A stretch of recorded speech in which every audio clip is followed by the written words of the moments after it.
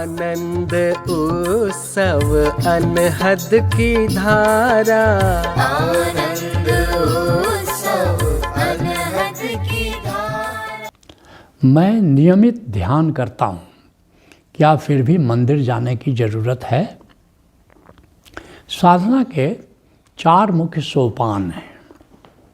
पहला सोपान क्या है? पूजा है। क्यों? जब किसी धर्म में तुम पैदा हुए, किसी संस्कृति में तुम पैदा हुए, तुम बड़े बुजुर्गों को तुम देखते हो कि वो क्या करते हैं। हिंदू हो तो सब मंदिर जा रहे हैं तो उनकी देखा देखी तुम मंदिर जाते हो। मुस्लिम परिवार में जन्म हुए तो लोग मस्जिद जा रहे हैं तो तुम भी मस्जिद जा रहे हो। तो पहला जो पड़ाव है वो पूजा है। पूजा से हम शुरुआत करते हैं। पूजा क्या है? जैसे तुम मंदिर गए और मंदिर में जा कर के मान लो किसी देवता की मूर्ति वहाँ स्थापित है और वहाँ तुम पूजा करते हो। बहुत से लोग प्रश्न उठाते हैं कि वो तो पत्थर है, जैसे मुसलमान हैं तो एक काबा जाते हैं, वहाँ भी लोग कहते हैं कि वहाँ भी पत्थर है।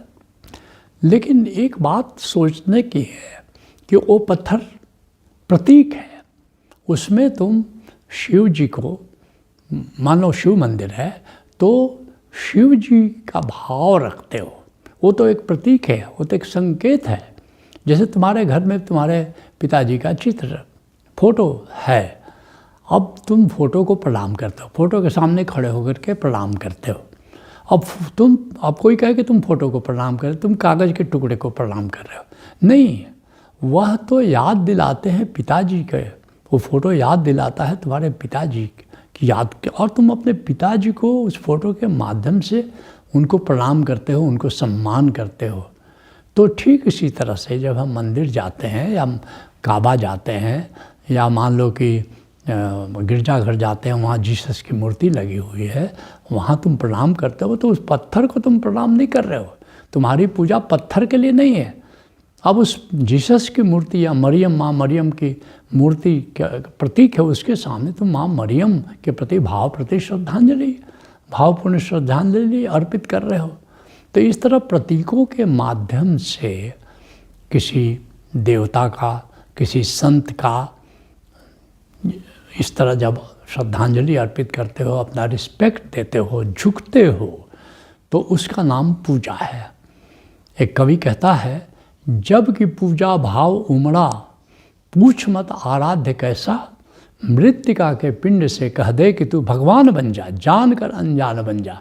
देखते हो गाँव में लोग एक पत्थर रख देते हैं और कहते हैं ये देवता है, बस हो गया। जहाँ असली बात सर का झुकाना है, सर का झुकना बड़ी बात है।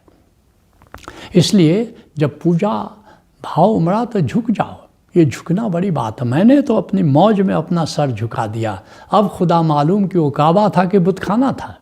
ये महत्वपूर्ण नहीं है। महत्वपूर्ण ये है कि तुम्हारा सर झुका, क्योंकि अहंकार गलाने के लिए सर का झुकना बहुत ज़रूरी है। निरहंकारी लोग सर झुका देते हैं, लेकिन जो अहंकारी व्यक्ति होता है वो सर नहीं झुकाता है। तो पहला पड़ाव है पूजा। यहाँ से बात शुरू होती है। स्वयं मलुकदास कहते हैं, पहला पद है देई देवा। साधना के मार्ग पर जब चलते हो तो पहला कदम क्या है? देवी देवता की पूजा है। दूसरा कदम क्या है? मंत्र जाप। अब कुछ लोग और साधना में आगे बढ़ना चाहते हैं तो गुरु उनको मंत्र देता है, इष्ट का मंत्र देता है। मान लो तुम कृष्ण की पूजा करते हो तो कृष्ण से संबंधित मंत्र देगा।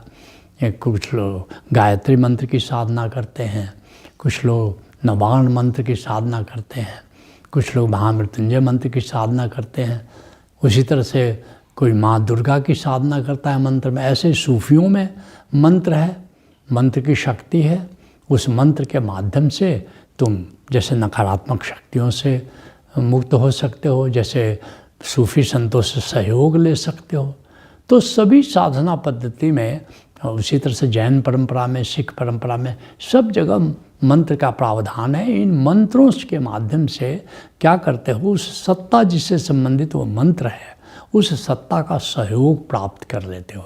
उसी तरह से सीधे गोविंद का सहयोग प्राप्त करने के लिए मंत्र है ओम नमो भगवते वासुदेवाय। द्वादश अक्षर मंत्र है, जिसे गोविंद से सीधे सहयोग ले सकते हो।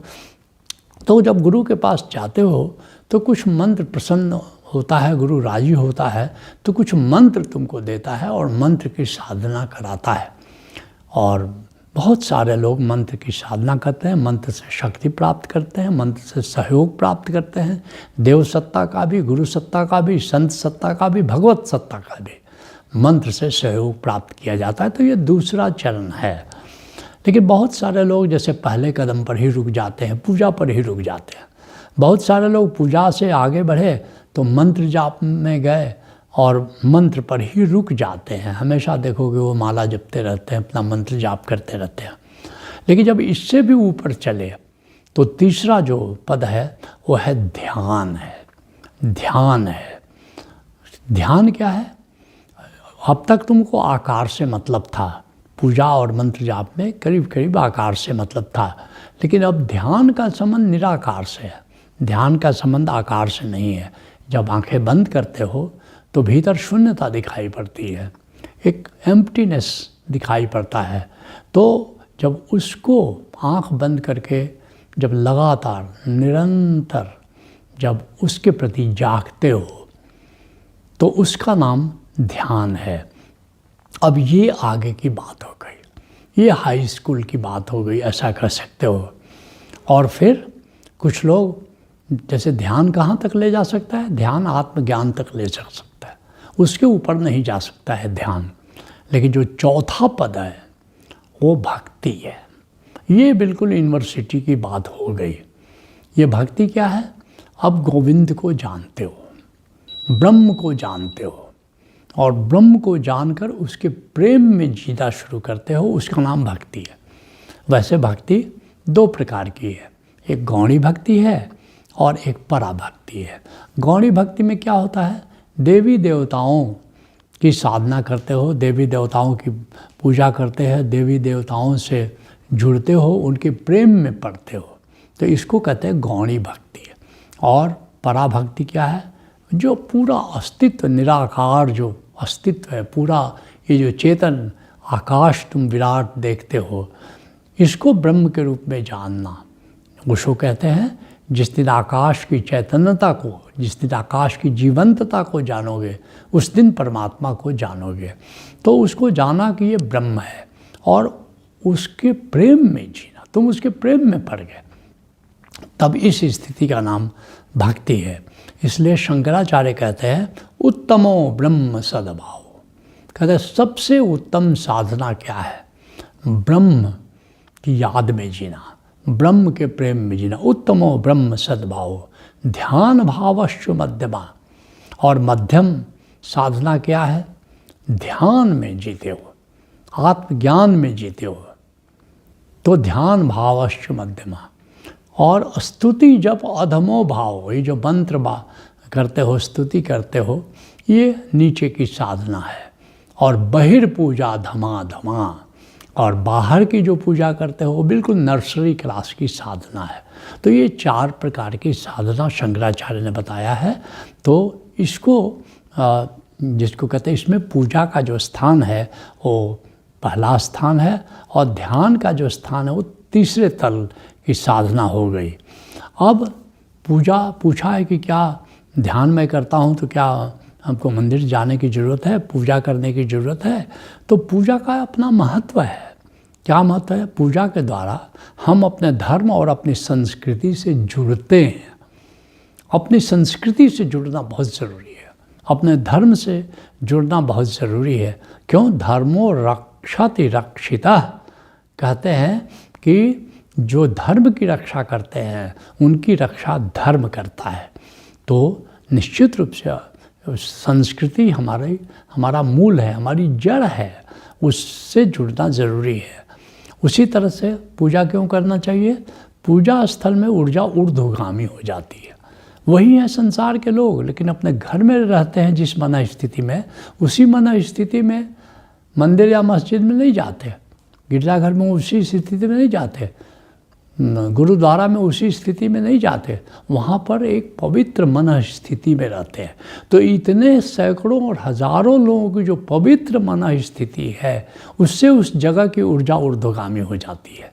इसलिए अगर मंदिर में जाते हो तुम पाओगे, या कहीं पूजा स्थल में गुरुद्वारे में जाओ, मस्जिद में जाओ, या कहीं गिरजाघर में जाओ, तो वहाँ तुम पाओगे एक अलग तरंगे हैं और वहाँ पर तुमको अच्छा लगता है, पवित्रता लगती है, ऊर्जा ऊर्ध्वगामी होती है, एक उत्साह, एक उमंग वहाँ पर तुम पाओगे।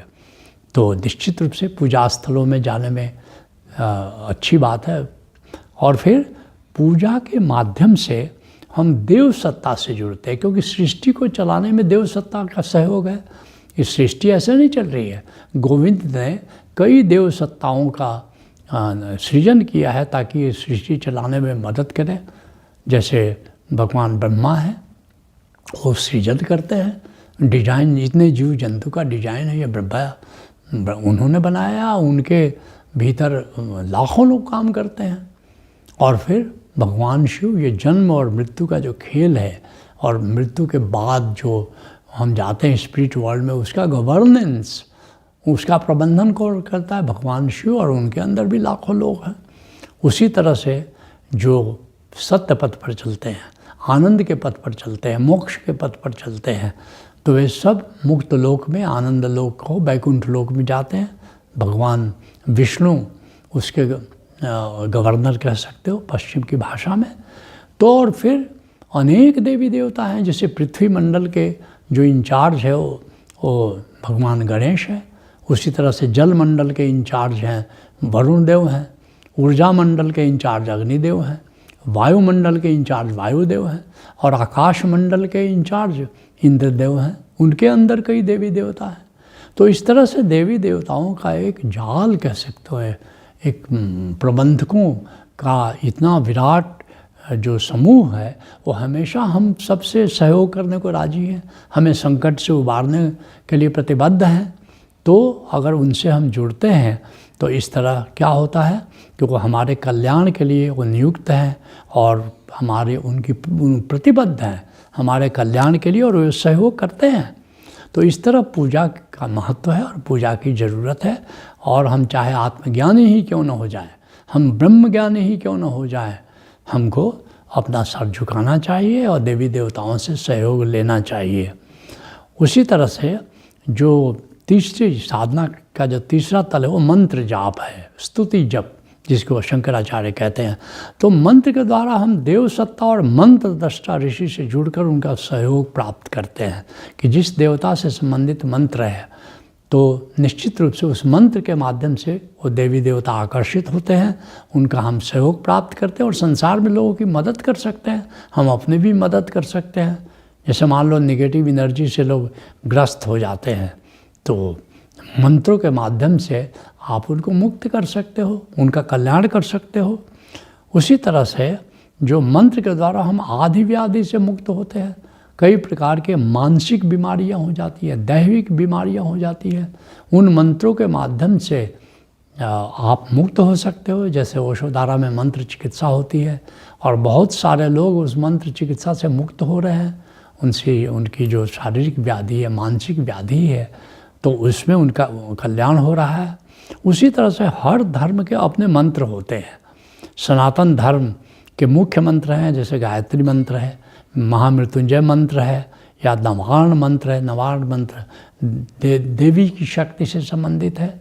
नवारण मंत्र से भी स्वास्थ्य संबंधी या मानसिक बीमारी, ये सारी चीज़ें दूर होती है।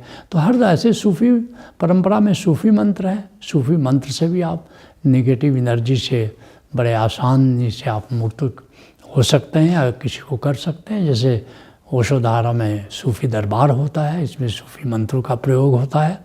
तो मंत्र का भी अपना महत्व है। उसी तरह से जो तीसरे तल की साधना जो ध्यान है, उसका अपना महत्व है। मैंने बताया कि ध्यान क्या है, अपने भीतर जो निराकार है उसके प्रति जागे रहना, इसको ध्यान कहते हैं। और ध्यान से क्या होता है कि ये बोरियत और तनाव से आदमी मुक्त हो जाता है। जैसे ही आत्मा से जुड़ता है उसकी बोरियत, उसका सारा तनाव वो चला जाता है और एक तरह की शांति उतरती है, एक अकंप भाव पैदा होता है। और क्या होता है ध्यान से? अहो भाव पैदा होता है और शिकायत भाव आता है, सारी शिकायत दूर हो जाती है। एक अहो भाव में जो है उसके प्रति एक थैंकफुलनेस में तुम रहते हो। और सबसे बड़ी उपलब्धि ध्यान की क्या है? आत्मभाव। आत्मभाव कि मैं आत्मा हूँ, और जैसे ही आत्मभाव आता है वैसे आत्मबल पैदा होता है, आत्मविश्वास पैदा होता है, मोक्ष की प्राप्ति होती है। मोक्ष क्या है? स्वतः स्वयं में तृप्त हो जाना, अब कामना से मुक्त हो जाना, स्वयं में तृप्त हो जाना। जिसलिए अष्टावक्र कहते हैं आपदा संपदा काले, सुख और दुख अपने निश्चित समय पर आता है। आपदा संपदा काले दैवा दैवेति निश्चय, दैव योग से समय पर अपने आता है। तो मैं क्या करता हूँ? तृप्तः, मैं तृप्त हूँ, मुझे बाहर से किसी चीज़ की ज़रूरत नहीं है। तृप्तः स्वस्थेंद्रियो नित्यम, अपने भीतर ही मैं स्थित हूँ। तो परिणाम क्या हुआ? न शोचति न कांक्षति, न मुझे शोक होता है न कामना होती है।